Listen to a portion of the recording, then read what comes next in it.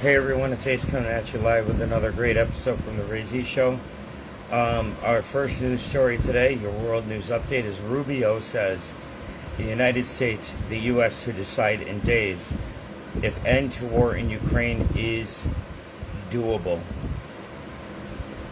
If it is not possible to end the war in Ukraine, we need to move on. Secretary of State Marco Rubio said as he departed meetings in Paris. The United States will abandon efforts to end the war in Ukraine if it proves impossible to broker meaningful progress in the next several days, Secretary of State Marco Rubio said as he departed Paris on Friday, a day after meeting with President Emmanuel Macron of France. If it is not possible to end the war in Ukraine, we need to move on, Mr. Rubio told reporters, adding that the Trump administration would decide in a matter of days whether or not this is doable in the next few weeks. It was not entirely clear from Mr. Rubio's remarks whether he meant that the United States would merely abandon its effort to reach a 30-day ceasefire between Russia and Ukraine. President Trump's immediate focus or abandon Washington's commitments to Ukraine altogether.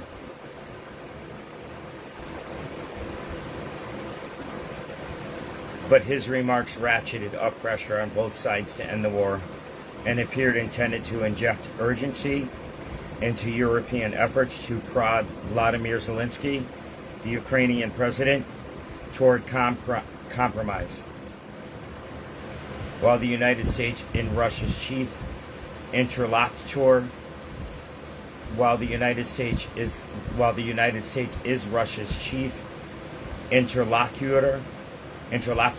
in the negotiations, Europe has far greater sway over Mr. Zelensky's. Mr. Trump said on Thursday that he was not a big fan of the Ukrainian leader. By contrast, speaking of his relations with President Vladimir Putin of Russia during his first term, Mr. Trump said that I was not the apple of his eye. While the United States is Russia's chief interlocutor in the negotiations, Europe has far greater sway over Mr. Zelensky. Mr. Trump said on Thursday that he was not a big fan of the Ukrainian leader. By contrast, speaking of his relations with President Vladimir V. Putin of Russia during his first term, Mr. Trump said that I was not the apple of his eye. I was the apple of his eye. Mr. Rubio said Mr. Trump has spent 87 days at the highest level of this government, repeatedly making efforts to bring this war to an end. We are now reaching a point when we need to decide and determine whether this is even possible or not. Responding to Mr. Rubio's comments, the Kremlin signaled that it was not in a hurry for a ceasefire. A consistent message from Moscow throughout Mr. Trump's attempts to end the war. High-level talks on Thursday between American, European, and Ukrainian officials were the first of their kind, intended to bring convergence between views of the war in Washington and European capitals. Mr. Rubio said the conversations had been constructive, but it appeared clear that Mr. Trump was losing patience. During the talks, a broad framework for peace, in effect, an American plan, was presented to Ukraine. It's a framework that gets us into a position to see, look, there are going to be differences. There's no saying this can be done in 12 hours, Mr. Rubio said. He declined to give any further details of the proposal. It is not our war. We didn't start it, Mr. Rubio said. The United States has been helping Ukraine for the past 3 years, and we want it to end. But it's not our war. Sounds like some backpedaling going on, because I remember President Trump, before he got elected, said he could end the war in, I forgot, 24 hours or something. Now, it's not possible, it seems.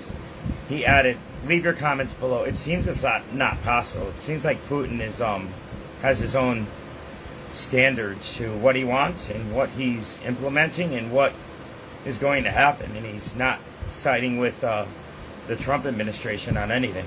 That's just my opinion, in my humble opinion. Leave your comments below. He added, if we're so far apart that this is not going to happen, then I think the president probably at a point where he's going to say, well, we're done. We'll do what we can on the margins. He described Mr. Trump as feeling very strongly about this. Well, of course, wasn't Mr. Trump bragging about how he could end the war before really fast? Am I right or wrong? Leave your comments below. Pull up some videos from YouTube about that. I'll end the war, and he said, I don't know if it was 24 hours or 48 hours or a week or what.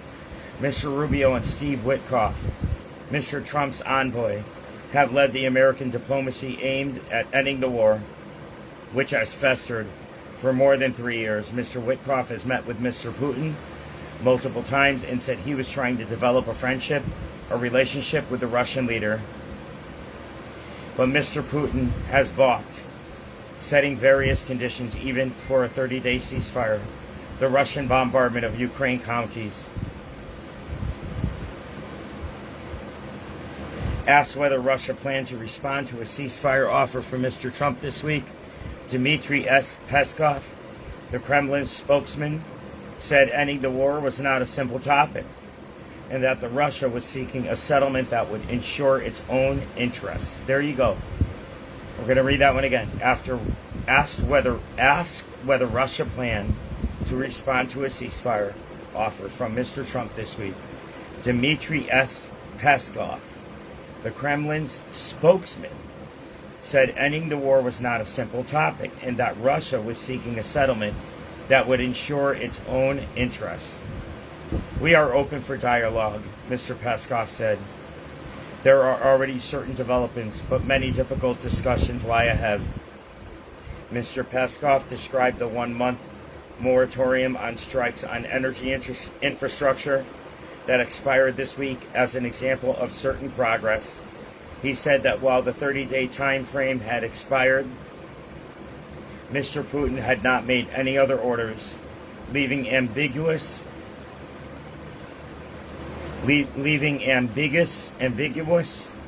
whether that meant that Kremlin would consider the moratorium still in force or would consider it justified to renew military strikes.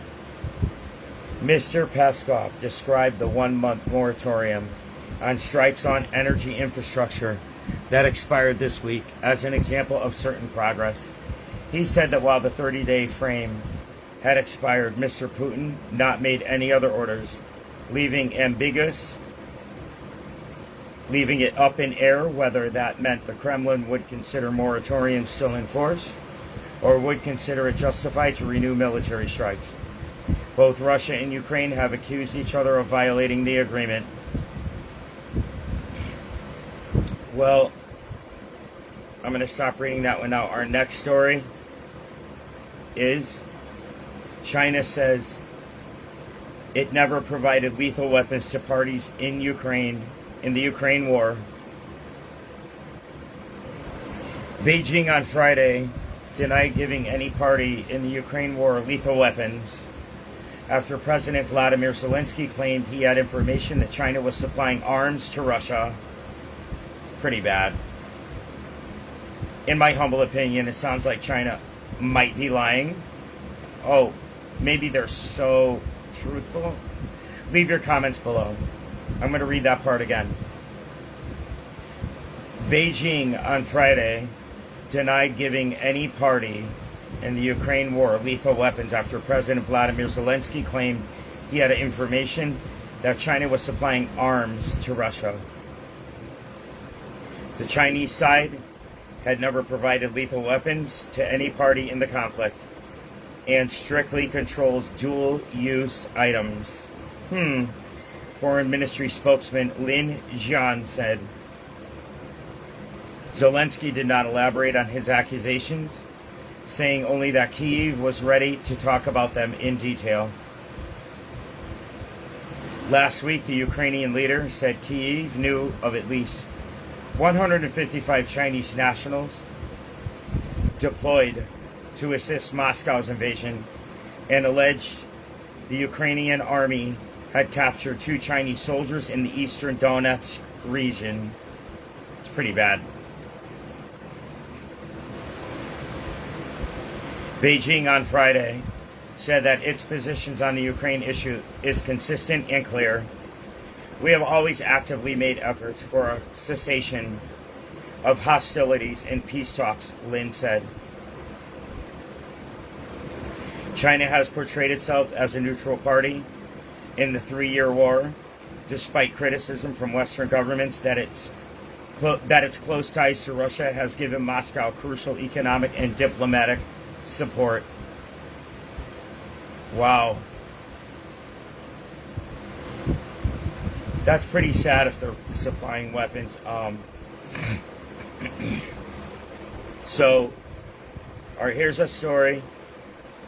The last story. Just found an interesting story. I like it. Marcos on Good Friday. May this strengthen spirit and bring peace. President Ferdinand Bong Marcos Jr. expressed hope that Good Friday could help the Catholic faithful strengthen their spirit and bring peace to every family. On this Good Friday, we remember the sacrifice that taught us the true meaning of faith, compassion, and forgiveness. Marcos said in a social media post, "May this day of reflection strengthen our spirit and bring peace to every Filipino home," Marcos added. Earlier, the president called on Filipinos to choose peace and safety for their families during this Lenten season. I agree, in my humble opinion. Bring God into our lives. Protect your families, pray, and love your children. Love your children always. Give them hugs and love. For her part, First Lady Liza Marcos reminded the public to treat one another with compassion and grace. Well, that's enlightening. So, you know what? I love all of you people, and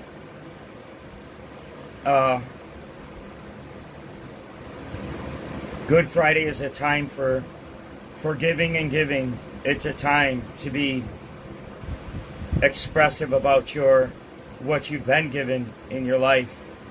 I want to say happy birthday to my friend and Wileen Haslam in Connecticut. It's her birthday today. I think she said she was 62. She's been a friend for a few years. And you know what? Happy birthday. I wish you many more, and I wish God's blessing in your life. President Ferdinand Bong Marcos Jr. has declared local holidays in some areas across the country due to their founding anniversaries and festivals.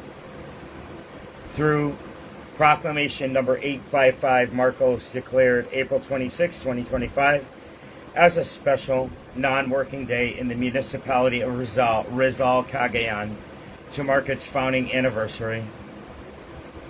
Further Proclamation number 856 proclaimed May 14, 2025 as a special non-working day in the municipality of Bulacan to mark the Kneeling Carabao Festival. Wow. Marcos also declared a special non-working day in the city of Butuan on May 19th of this year as he signed Proclamation number 857 to celebrate the Balangay Festival. It is also a special non-working day in the municipality of Natunin Mountain Province on April 21st, 2025 through Proclamation number 858. This is due to the celebration of the first Sas Alawa Festival. Marcos also declared a special non-working day in the municipality of Infanta, Quezon on April 25th, 2025, as it marks its founding anniversary.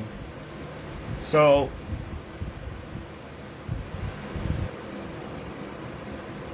and that's our news stories for today. Remember, love is the most important factor in your life. And you love your family, you know, love your friends. Without love, we have nothing. Love your children, love your family, love your friends. And I love you. Peace out.